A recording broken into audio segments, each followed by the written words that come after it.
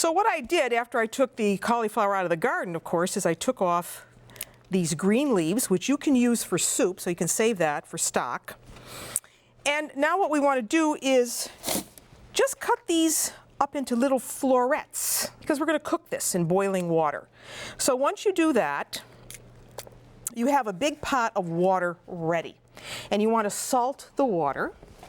And we're going to put the cauliflower in, and we want to get this really, really soft. You want to melt some butter and pour it into your pan. And just brush it all around evenly so that you have everything well coated in butter. Did I tell you that in Italy all butter is unsalted? So you want to really get all that rim area well coated with butter, because you're going to be unmolding this. That's what sformato means. So once you have that, then you want to have some breadcrumbs. Please don't use boxed breadcrumbs. They're terrible. Use breadcrumbs that you've made yourself from stale bread and that you've toasted. So we put some breadcrumbs right in the base, because now we want to just coat the pan all the way around, doing the rim as well.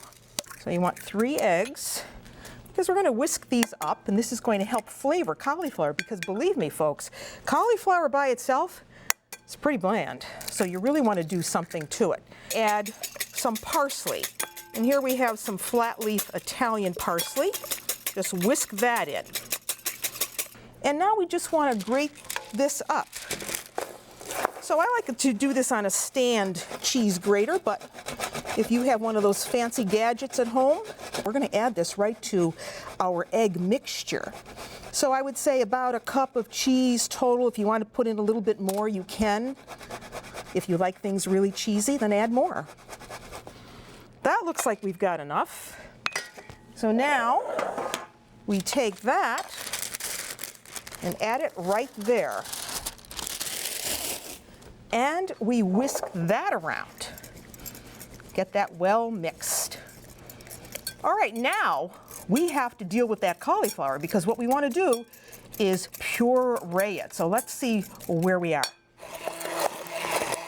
That looks good. If we leave a little texture, that's good too. Now we're going to take these eggs, put them right in that mixture, and get that all mixed up together. So the eggs are going to help bind this and make a nice solidified, almost quiche-like consistency when we're ready to put this into the oven. So mix the cauliflower and the eggs till it's all well blended, and you want to set this aside, because now we want to make something the Italians call a besciamella, or a white sauce. A white sauce is used often in a lot of northern Italian type dishes. So that looks good. We're going to set this aside. And now we're going to make the cream sauce. And for that, we want to start with some butter. 3 tablespoons of butter in a saucepan. And you want to get that melted. So 3 tablespoons of butter and an equal amount of flour, because we're going to make what is called a roux. But we want a blonde roux. We don't want a brown roux, which means we don't want to cook this to the point where it's going to turn color. We want it to stay basically colorless. So you mix very well the butter and the flour together. Here's half and half. We want to stir that in gently. And in addition to the half and half, we want to add some of this cauliflower water. So we're going to take, about almost a cup of it. And we're going to add this right here. Add that in. That's going to give really great flavor. And now we want some salt. Here's a little salt, about a teaspoon or so. Can't have salt, leave it out. And here's some fresh grated nutmeg. So now you get this going until it's thickened. You want it thick enough to coat the back of a spoon. All right, we have thickened sauce. So, when it coats the back of a spoon, like so, it's ready. Nice and creamy, no lumps. That's why you have to whisk continually. All right, so that's in. And now we just fold all this together, making sure that this is all really well combined.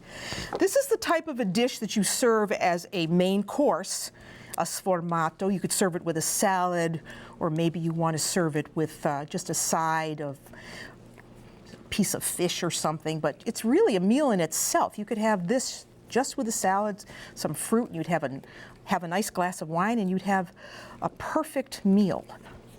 So carefully get it in. Beautiful.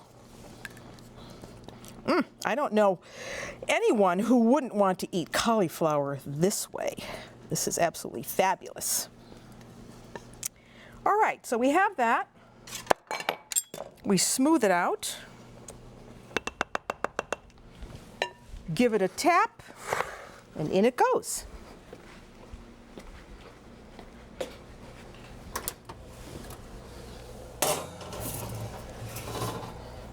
You're going to need to cook that about 35 to 45 minutes, depending on your oven. When a knife just goes in very easily and it comes out clean, you know that it's done, almost to a quiche consistency.